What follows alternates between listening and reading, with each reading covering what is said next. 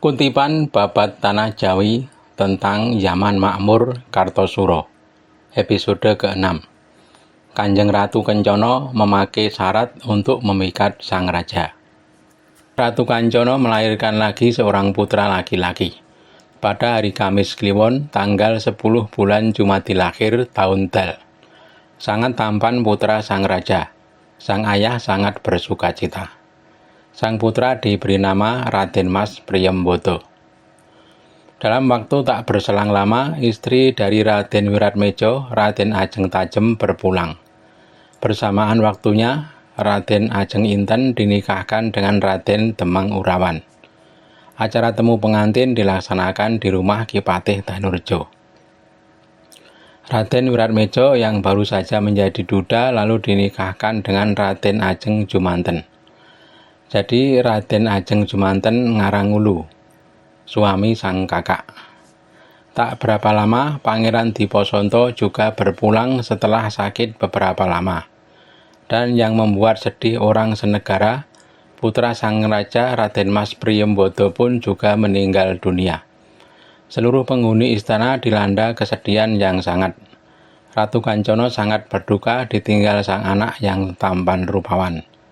Sang raja pun sangat bersedih atas kepergian sang putra. Eyang buyut Ratu Pakubuwono tak kuasa menahan kesedihan. Sang raja lalu mupus bahwa semua sudah kehendak Tuhan. Namun belum lagi hatinya pulih, musibah datang lagi. Raden Mas Umar yang kini menjadi tumpuan kasih sayang mendadak sakit panas. Sang raja sangat khawatir melihat keadaan keponakan yang sudah dianggap sebagai anak sendiri itu. Bergegas sang raja memerintahkan mencari obat. Namun segala obat tak meredakan sakit Raden Mas Umar. Tak lama kemudian Raden Mas Umar pun meninggal dunia. Raden Mas Umar mempunyai pengasuh dari luar, Mas Girot namanya. Karena Raden Mas Umar sangat mengasihi pengasuhnya itu, sang raja pun ikut mengasihinya. Ketika tahu Raden Mas Umar meninggal, Mas Girot menangis keras. Sang raja segera memegang tengkuknya dan membawanya ke tempat semedi. Sang raja meneteskan air mata karena sangat sedihnya. Kesedihan sang raja karena ditinggal beruntun oleh dua putra yang masih kecil membuatnya sangat bersedih. Sang raja tak mau makan dan tidur. Juga kadang pergi tanpa pamit. Hanya Mas Girot yang diminta menemani. Bahkan karena kesedihan itu pula sang raja tak mau menemui para istri. Bahkan Ratu Kencana pun dilarang mendekat. Hanya seorang selir yang boleh menemani, Raden Ayu Gedong. Patih Danurejo menjadi sangat susah hati.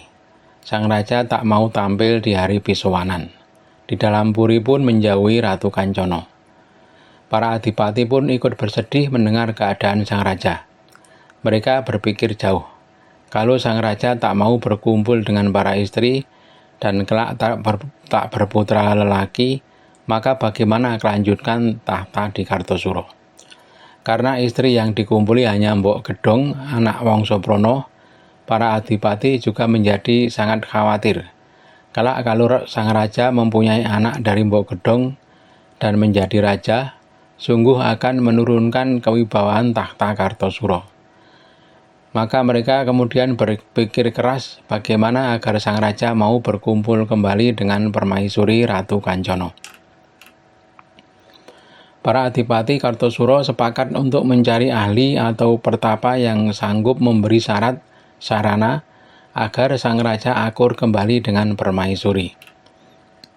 Mereka pun berpencar mencari ke seluruh pelosok negeri.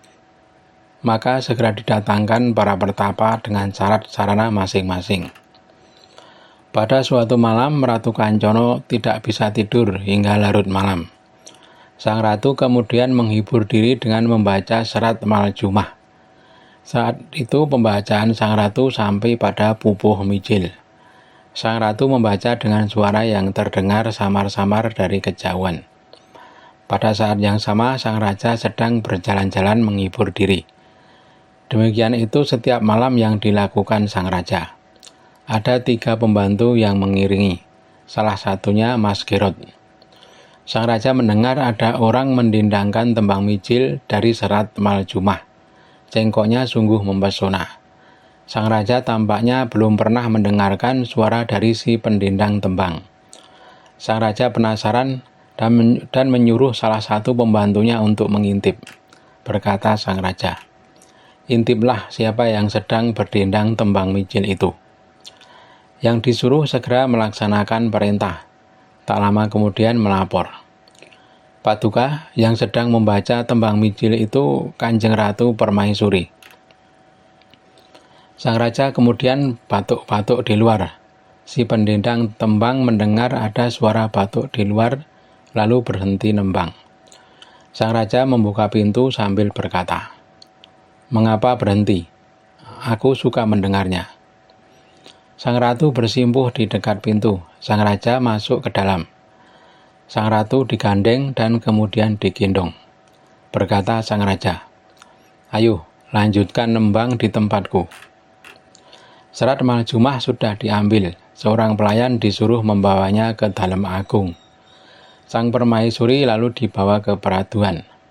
Dan yang terjadi selanjutnya sungguh diharapkan oleh semua orang. Sang raja rukun kembali dengan permaisuri Ratu Kencana. Tak lama kemudian Ratu Kancana mengandung. Ki Patih dan para adipati sangat bersukacita. 8 bulan berlalu, Eyang Buyut Ratu Pakubuwana wafat. Pada hari Sabtu bulan Rajab tahun Dal.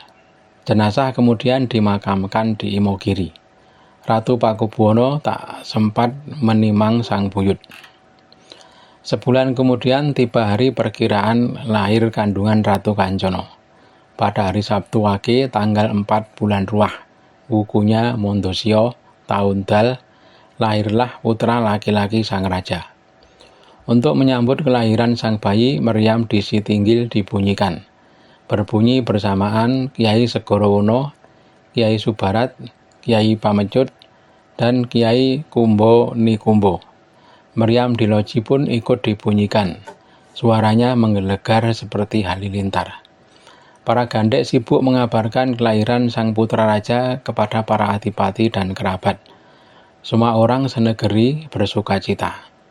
Tahun meninggalnya Ratu Pakubuwana dan kelahiran sang buyut diperingati dengan sengkalan tahun Rasa Buto Winayang yang melambangkan tahun 1656 dalam kalender Jawa, bertepatan dengan tahun 1732 Masehi. Sang putra sudah diberi nama Raden Mas Suryadi. Sang putra raja sehat sampai besar. Kanjeng Ratu Ageng mempunyai nazar, bila sang cucu selamat akan mengadakan upacara nyadran di Mataram. Pelaksanaan upacara di Pasar Gede Imogiri, di Panintian Giriloyo. Semua cucu dibawa pergi. Pada bulan besar Ratu Ageng selama 20 hari berada di Mataram.